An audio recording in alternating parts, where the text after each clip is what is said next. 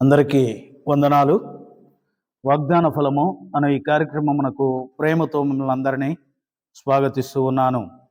ఈనాటి ధ్యానము కొరకై మొదటి యోహాను పత్రిక 4వ అధ్యాయము 21వ వచనములు ఇలాగ వ్రాయబడి ఉన్నది. దేవునిని ప్రేమించువాడు తన సహోదరుని కూడా ప్రేమింపవలెనని అను ఆజ్ఞ మనము ఆయన వలన పొందితిమి. దేవుడు ఈ లేఖనంలోంచి మనతో మాట్లాడును గాక. ప్రియమైన స్నేహితుడా, ప్రభు అయినటువంటి యేసుక్రీస్తు వారు, మన పరమ తండ్రి అయినటువంటి దేవాతి దేవుడు మనకిస్తున్నటువంటి ఆజ్ఞ ఏమిటంటే, నీవు దేవుణ్ణి ప్రేమిస్తున్నాను అంటున్నావు కదా, మరి నీ సహోదరుని ప్రేమిస్తూ ఉన్నావా అని దేవుని యొక్క లేఖనంలో దేవుడు అడుగుచూ ఉన్నాడు. దేవుని యొక్క లేఖనంలో ఇలాగ వ్రాయబడి ఉంటుంది, ఎదురుగా ఉన్నటువంటి నీ సహోదరుని నీవు ప్రేమించకపోతే మరి నీ దేవుణ్ణి కూడా నీవు ప్రేమించలేవు అని దేవుని యొక్క లేఖనంలో స్పష్టంగా మనం చూస్తూ ఉంటాం.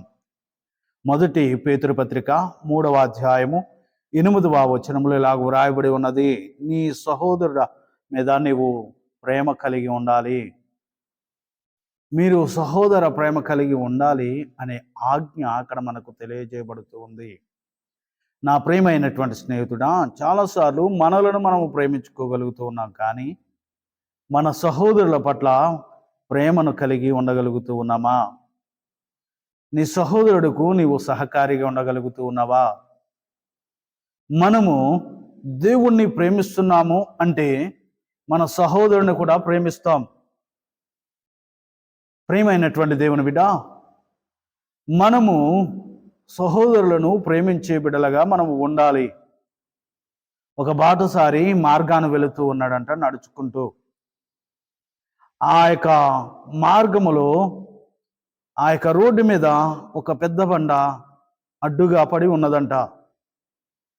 ఆయన బాధపడ్డాడు, అయ్యో ఎవరైనా చూడక వచ్చి దీని మీద పడితే చనిపోతారు, మరి ఏదైనా వాహనం వచ్చి దీన్ని గుద్దుకుంటే ప్రమాదం జరుగుతుంది కనుక వచ్చినటువంటి వారిని అందరినీ ఆపి, అయ్యా కొంచెం సహాయం చేయండి, మనము ఈ యొక్క బండను ప్రక్కకు నెట్టివేద్దామని అడిగితే అందరూ నవ్వుకుంటూ వెళ్ళిపోయారు.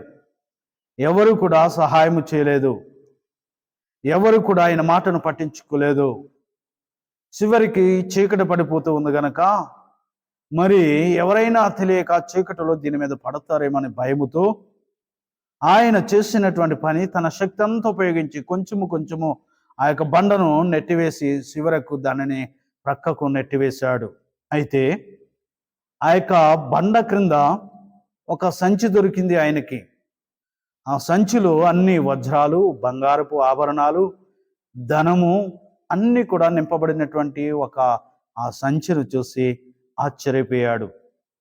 ప్రియమైన దేవుని బిడ్డ, నీవు ఇతరుల కోసము ఏదైనా సహాయం చేస్తే ఆ పరమ తండ్రి నీకు సహాయం చేస్తూ ఉంటాడు. నీవు నీ సహోదరులకు సహకారిగా ఉంటే దేవుడు మనకు సహకారిగా ఉంటాడు అని దేవుని యొక్క లేఖనం సెలవిస్తూ ఉంది. మనము ఎటువంటి ప్రేమను కలిగి ఉంటే ప్రభువు కూడా అటువంటి కృప, అటువంటి ప్రేమ మనకు అనుగ్రహిస్తూ ఉంటాడు. ప్రసంగి గ్రంథంలో 11వ అధ్యాయం 1వ వచనంలో, నీ ఆహారమును తీసి నీళ్ల మీద వేయము, అది కొన్ని దినాల తర్వాత నీకు కనబడుతుందని దేవుని లేఖనం అంటూ ఉంది. మనము ఏదైనా మన సహోదరులకు కానీ ఇతరులకు కానీ మనము సహాయమును చేస్తే దాని ప్రతిఫలము ఒకరోజు కనబడుతుంది, వెంటనే కనబడకపోవచ్చు. నీళ్ళలో వేయబడినటువంటి ఆహారము లోపలికి పోయి అది ఏమైపోతుందో మనకు తెలియదు, కానీ దేవుడు అంటున్నాడు దాని యొక్క ప్రతిఫలాన్ని నువ్వు చూడబోతూ ఉన్నావు. చాలా దినాల తర్వాత దాని యొక్క ప్రతిఫలాన్ని నీవు చూసినప్పుడు నీకు అర్థమవుతుందని దేవుడు తన లేఖనంలో వ్రాసించున్నాడు. హెబ్రీ పత్రిక 13వ అధ్యాయం 16వ వచనంలో, ఉపకారమును ధర్మమును చేయ మరవకండి అంటున్నాడు. ఇది దేవునికి ఇష్టమైనటువంటి యాగం అని అక్కడ భక్తుడు రాస్తూ ఉన్నాడు.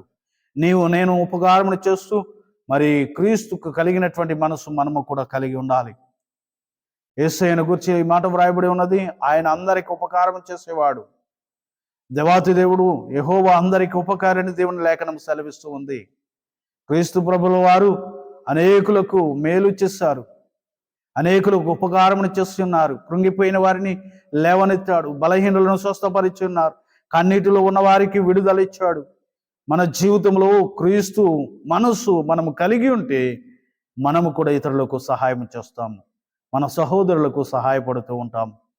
అటువంటి మనసు దేవుడు మనకివ్వాలని మనము కూడా ఇతరుల కొరకు సహాయం చేసి దేవుడిచ్చే ఆశీర్వాదాన్ని, దేవుడిచ్చే సహాయాన్ని మనం పొందుకోవడానికి ప్రయత్నం చేద్దాం. అటువంటి ధన్యత దేవుడు మనకు అనుగ్రహించి మనల్ని దీవించును గాక. ఆమేన్.